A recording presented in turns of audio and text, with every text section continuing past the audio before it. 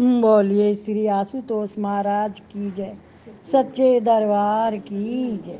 भगवत प्रेमियों, सभी के हृदय में बसे हुए शुद्ध परमात्मा को शुद्ध हृदय से नमस्कार नमस्कार नमस्कार।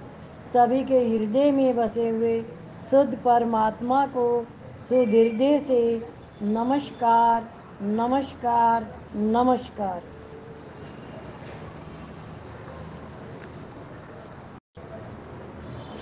परमात्मा ही संसार रूप से प्रकट हुए हैं। सब साधनों में सबसे श्रेष्ठ साधन यही है कि सब परमात्मा ही है। जैसे शरीर के सब अंग समान नहीं होते, पर हम सब अंगों का सुख चाहते हैं, किसी भी अंग की पीड़ा नहीं चाहते। ऐसे ही सब संसार ईश्वर रूप मानने से भी दो बातें होंगी, सबको सुख हो और किसी को दुख ना हो। सबको सुख पहुंचाने वाला ही भगवान का भक्त होता है। किसी से भी द्वेष हो तो समझो कि हमारी उपासना ठीक नहीं है। ये वाणी आप रोज सुनते हो सत्संग में डेली कि ये सृष्टि ईश्वरीय है, ये परमात्मा की है और कभी भी किसी से द्वेष नहीं करना चाहिए।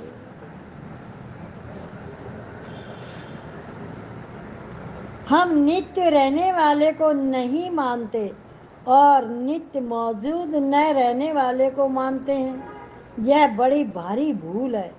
जैसे हमें पिछले जन्म की संपत्ति साथी अब याद तक नहीं है, ऐसे ही वर्तमान की संपत्ति साथी आदि भी याद तक नहीं रहेंगे। जैसे हमें पिछले जन्म का याद नहीं है, वैसे ही अब जो वर्तमान में मिला हुआ है वो भी याद नहीं रहेगा, जो भी कुछ मिला हुआ है। परमात्मा का अंश होने से जीव श्वेत शुद्ध अमल चैतन्य अमल सहज सुख राशि संसार में निस्वार्थ भाव से हमारा हित करने वाले दो ही हैं, भगवान और उनके भक्त। हमारा हित कौन करता है? भगवान और भगवान के भक्त, संत महात्मा। वो संत महात्मा कौन है? वो संत महात्मा जो हम अपना भला करते तो हम ही संत हैं। जो उस परमात्मा से जोड़ते हैं। हेतु रहित जग जुग उपकारी, तुम तुम्हारे सेवक असुरारी। दोनों ही कहते हैं कि जीव परमात्मा का अंश है। गीता के 15वें अध्याय का 7वां श्लोक, ईश्वर अंश जीव अविनाशी। मानस उत्तर कांड में 117 का पहला, परमात्मा का अंश होने से स्वरूप में दोष नहीं है।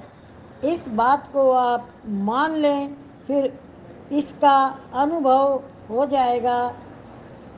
कसाई से कसाई का स्वरूप भी शुद्ध है, फिर आपका स्वरूप अशुद्ध है क्या? कितनी पावर मिल रही है अगर समझ में आ जाए तो। कौन सी पावर मिल रही है? स्वरूप से शुद्ध है, शुद्ध है। आत्मा में कोई भी अशुद्धता नहीं है, शुद्ध है आत्मा, शुद्ध आत्मा है, चाहे वो भले कर्म से कसाई है। कसाई से कसाई भी अशुद्ध नहीं है, स्वरूप से स्पष्ट। तो तुम कैसे अशुद्ध हो सकते हो?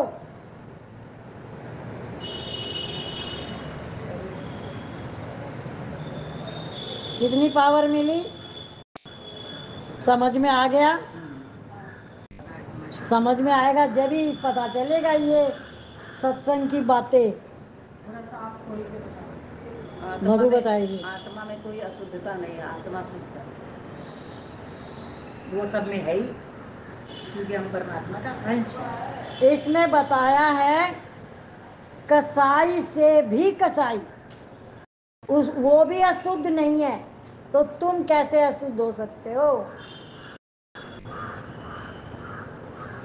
अब पकड़ में आई? नीच से भी नीच होगा वो भी। उसको नीच ही नहीं कहा, कसाई अलग चीज है, नीच अलग चीज है। रोज नहीं आती है ना, इसीलिए।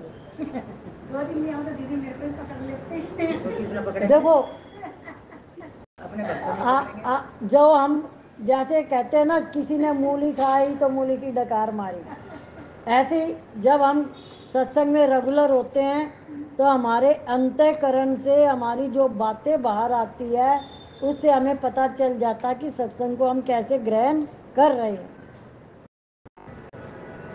हम क्यों कहते हैं आने की, हमारे को क्या मिलने वाला है। ये गुरु कृपा से हो रहा है सब कुछ, कि जागे और जगाए। क्यों? संसार परिवर्तनशील है, श्वासें रोज घट रही है। घट रही है कि बढ़ रही है? अगर अब भी हम चेतेंगे नहीं, चेतना में नहीं आएंगे, तो कौन सा समय आएगा कि जब हम चेतें? आएगा ही नहीं, जब अपन जागो तभी कर सकते। इसका अर्थ ये है, आप जब भी कोई त्योहार आता है, कोई फंक्शन आता है, कुछ भी, तो सब उसी में जाके गुम हो जाते हैं, वैसे ही वृत्तियां बना लेते हैं और अपने आप को ही भूल जाते हैं, उसमें रस आने लग जाता है। समझो, जब तक ये स्थिति है तब तक आपने अपने आप को अभी जाना ही नहीं है, वरना मनुष्य अपना नुकसान तो कैसे भी नहीं करेगा, चाहे कोई कितना भी पकड़े, तो वो आपका मोह है, वो आपकी इच्छा है। सत्संग छूटता है तो समझो आप मोह में हो, इच्छा में हो, या भय में भी हो सकते हो, वरना कोई भी सत्संग नहीं छोड़ेगा। छोड़ता तो नहीं है दीदी, आप दिवाली के टाइम पे कोई मिलने के लिए आगे कभी चलेगा, इसलिए छुप जाता है। और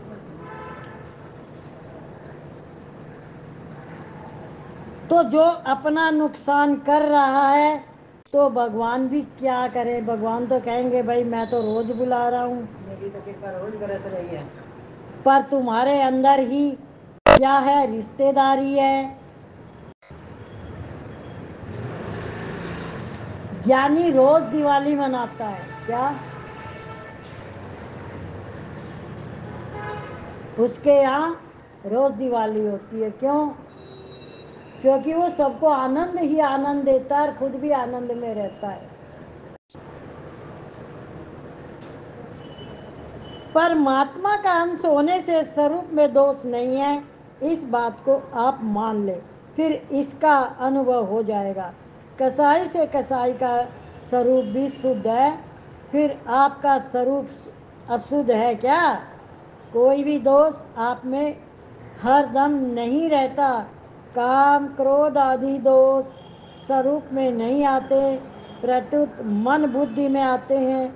ये आगतुक है, अपने में नहीं है। अपने में दोष मानने से वे कभी दूर नहीं होंगे। इनको अपने में मानकर हटाने का प्रयत्न करने से ये और दृढ़ होते हैं।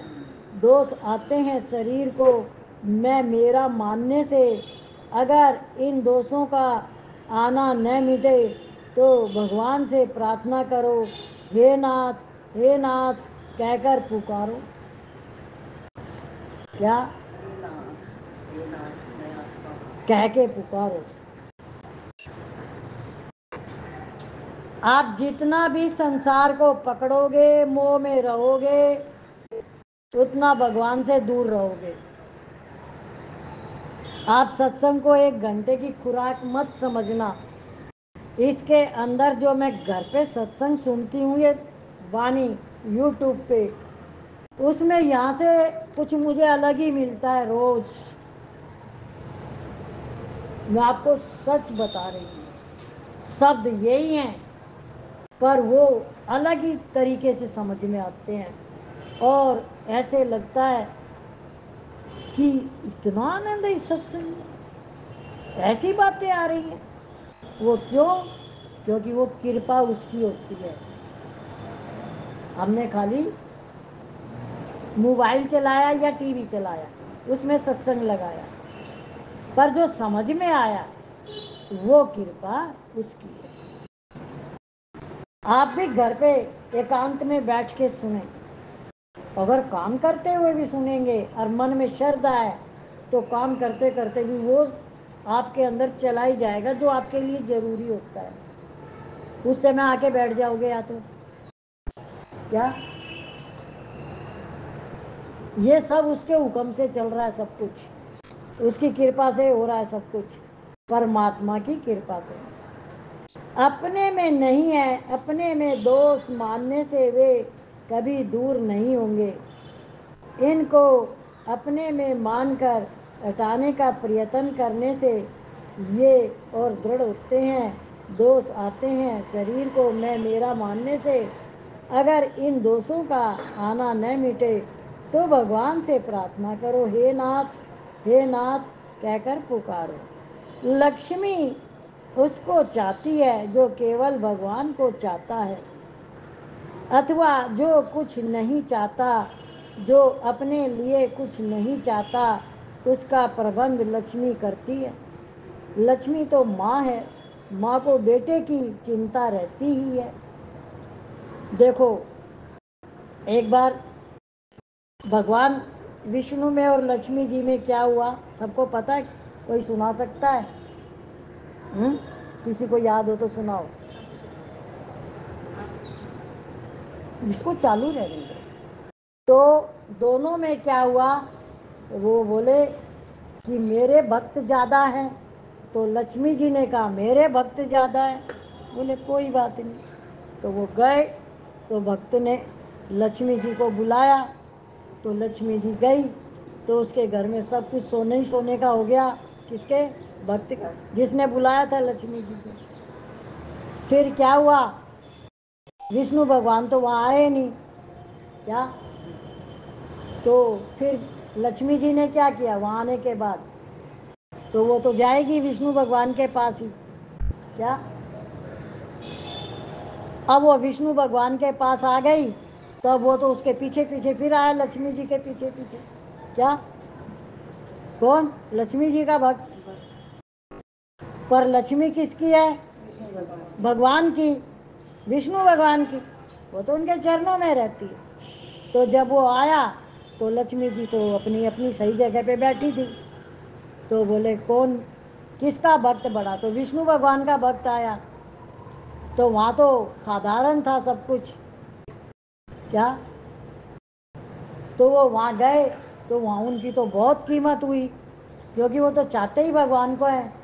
उनको, आपको सुदामा का पता ही होगा, भगवान ने क्या दे दिया, तीनों लोग देने को तैयार हो गए, वो तो हाथ पकड़ा गया, दो लोग दे दिए। तो जो विष्णु को चाहता है तो उसके भक्त कौन है? जो विष्णु को ही चाहते हैं, क्या? तो फिर क्या हुआ? लक्ष्मी जी विष्णु जी के पास आ गई, और लक्ष्मी जी कहाँ चली गई? जहाँ विष्णु भगवान अपने भक्त के घर थे, क्या? कहाँ पहुँच गई लक्ष्मी जी? हाँ, जहाँ विष्णु भगवान थे। अब कौन धनवान है? धनी कौन हुआ? अब भगवान का भक्त। जहाँ भगवान विष्णु है वहीं लक्ष्मी जी है। अब किसी के धन ज्यादा हो, वो अहंकार करता है, वो मिथ्याचारी है। जिसके पास भगवान है, उनके चरणों में उसका मन है, सबसे ज्यादा धनवान वही है। अगर ये समझ आ जाए तो आपका जीवन धन्य धन्य हो जाए, सफल हो जाए। कभी भी किसी को मत देखो कौन क्या खा रहा है, कैसे रह रहा है, क्यों रह रहा है। इस संसार में सुख और शांति तो समझ से ही मिलेगी, बाकी सब आपके पास क्या भी है। उसमें सुख शांति होती तो बड़े बड़े धनेजा, जैसे बहुत लोग हमारे देश में भी पैसे वाले हैं, तो उनके भी क्या, हमें सबका नाम नहीं लेंगे, तो क्या वो सुखी हैं? हम उनके घर जाके पता करें तो हमें पता चलेगा। लेकिन हमें क्या ज़रूरत है, हम दूर से ही समझ जाते हैं। जो भक्त है वो आनंद में रहता है, जो संसारी है वो भटकता रहता है। तो भटकना है कि आनंद में रहना है? तो भटकना छोड़ दो, आनंद में रहना। तो छुट्टी इतनी क्यों? अब मुझे भाषण नहीं चाहिए, मैं अंदर की स्थिति को पकड़ती हूँ। गिरह गांठ नहीं बांधते, जब देवे तब खाए। नारायण पीछे फिरे, मत भूखे रह जाए। पीछे पीछे देखते हैं भगवान घूमते हैं कि ये भूखा ना रह जाए। जो पदार्थों के दास होते हैं वे भगवान के भक्त नहीं हो सकते। जो कोई भी इच्छा नहीं रखते उनके पास आने के लिए लक्ष्मी लालियत रहती है। आ गया ना वही, हमें तो पता भी नहीं था इसमें भी आएगा क्या। मनुष्य शरीर की महिमा तत्व प्राप्ति में है। तत्व प्राप्ति नहीं की तो शरीर की महिमा क्या। कोई वस्तु अच्छी या बुरी नहीं होती, उसका सदुपयोग अच्छा होता है, दुरुपयोग बुरा। अपने को शरीर मानना और शरीर को अपना मानना प्रमाद है। प्रमाद ही मृत्यु है, जानते हुए भी न मानना प्रमाद है। तत्वबोध के बाद होने वाला द्वैत अद्वैत से भी सुंदर है। तत्वबोध के पहले साधन भक्ति है और तत्वबोध के बाद साध्य भक्ति है। वही साध्य भक्ति आरंभ से ही हो सकती है यदि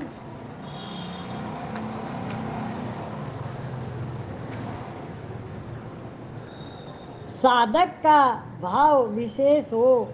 तो बोध से पहले ही साध्य भक्ति हो जाती है और भक्ति होने पर फिर ज्ञान हो जाता है।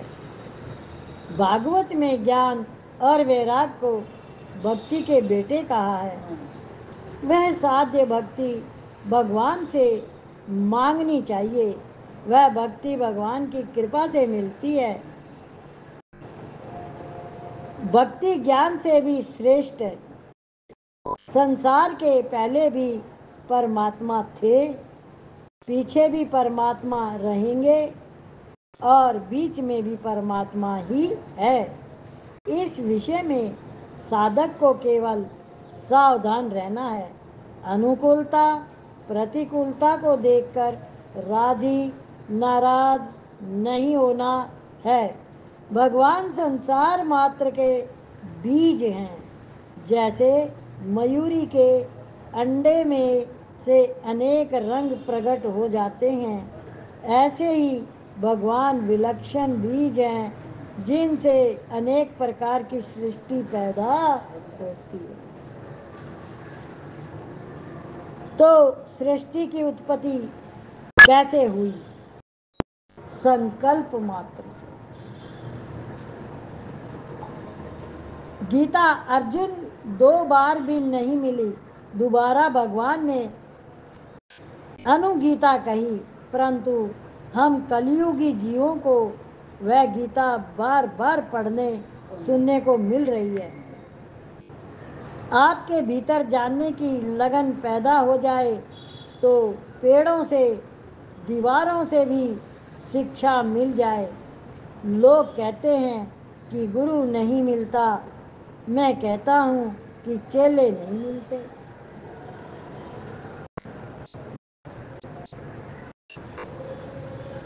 भूख व भोजन प्यास व जल में एकता है।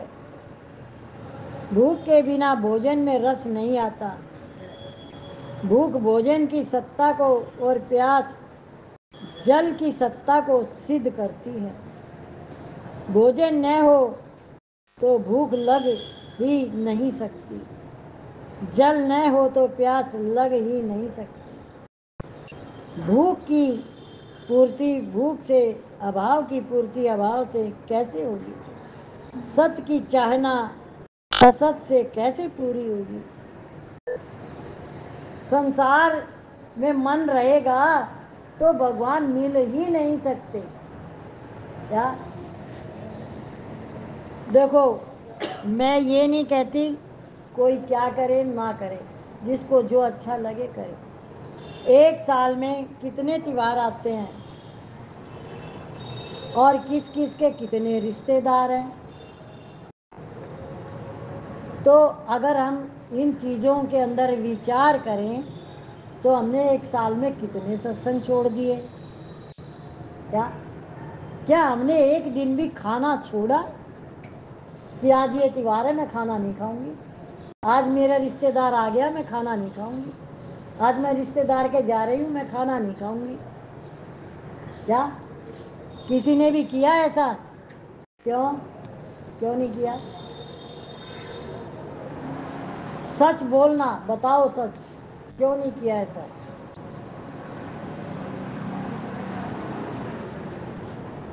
क्या मन में एक बार भी विचार नहीं आया भोजन तो मैंने 4 बार कर लिया, मैंने सत्संग क्यों नहीं सुना जाके 1 घंटा? जब मेरे रिश्तेदार है तब भी मैंने भोजन खाया, जब त्योहार है तब भी मैंने भोजन खाया, पर सत्संग को क्यों छोड़ा मैंने? इसका क्या मतलब हुआ कि हमने उसको महत्व नहीं दिया। तो क्या आप जानते हो भगवान महत्व देंगे? हाँ? आप एक बहुत गहराई से एक और बात से समझ सकते हो। जो माता पिता बच्चों को बाहर पढ़ने भेजते हैं, पढ़ाई के बाद वो वहीं सर्विस कर लेते हैं या बिजनेस कर लेते हैं, वो बच्चे माँ बाप के हैं कभी भी? और माँ बाप उनके हैं? वो दूर बैठे स्वार्थ के लिए बुलाएंगे, सोचेंगे जब वृद्ध अवस्था होगी उससे पहले उनको भी कोई लेना देना। किसने किसको दूर किया है? क्या जहाँ माँ बाप रहते वहाँ पढ़ाई नहीं हो सकती? क्या वहाँ पर सर्विस या बिजनेस नहीं हो सकता? बच्चे ने कह दिया, उसकी कितनी समझ, भेज दिया उसको बाहर। ऐसे ही हम कोई रिश्तेदार दिख गया, सत्संग में आज नहीं जाना। क्या आज कोई त्योहार आ गया, आज सत्संग में नहीं जाना। आप बाकी काम भी तो छोड़ के देखो, खाना छोड़ के देखो। जिस दिन सत्संग छूटे बोलो आज मैं खाना नहीं खाऊंगी पूरा दिन, मैं रिश्तेदारों के साथ ही रहूंगी। आज रिश्तेदार मेरे प्यारे हैं, त्योहार मेरा प्रिय है, मैं आज भोजन नहीं करूंगी क्योंकि आज मैंने सत्संग भी छोड़ा है। क्या ये भाव आएगा मन में? क्यों? विचार करके बताओ, समझ से बताना। भोजन भी शरीर के लिए जरूरी है, जो नहीं आए उनको बोलने दें। इसी तरह सत्संग भी अपने लिए जरूरी है। जिन्होंने महत्व नहीं दिया हम उनसे पूछ रहे हैं कि भोजन छोड़ा, क्या इच्छा हुई क्या छोड़ दूं, मेरे रिश्तेदार है आज मुझे खाना नहीं खा। क्यों क्यों नहीं ऐसा? ये चीज पकड़ में क्यों नहीं आई? सत्संग छोड़ सकते हो तो खाना क्यों नहीं छोड़ सकते? मुझे अंदर की भावना बताओ। और आपको इतने दिनों से सत्संग सुन रहे हो, इस चीज का अनुभव आपको जरूर अंदर में मिलेगा। तू बता, अनुभव की बात कि हम जब रिश्तेदारों में मन रखते हैं, त्योहारों में मन रखते हैं, तो सत्संग में मन क्यों नहीं रहता हमारा? भावना पूछ रहे हैं हम किसी को कुछ नहीं कह रहे। हमने खाना तो नहीं छोड़ा, तो सत्संग क्यों छोड़ा? खाली पूछ रहे हैं, अपने भाव बताओ जिसे सबको पता चले। भाव तो दीदी सत्संग का ही होता है, जैसे 4:15 में तैयार हो गए थे दिवाली के दूसरे तू रेगुलर है? तू रेगुलर है? जिनको जिनसे मैं पूछ रही हूँ वो समझ रहे हैं और वो चुप है, जिनसे मैं पूछ ही नहीं रही वो बोले जाएंगे।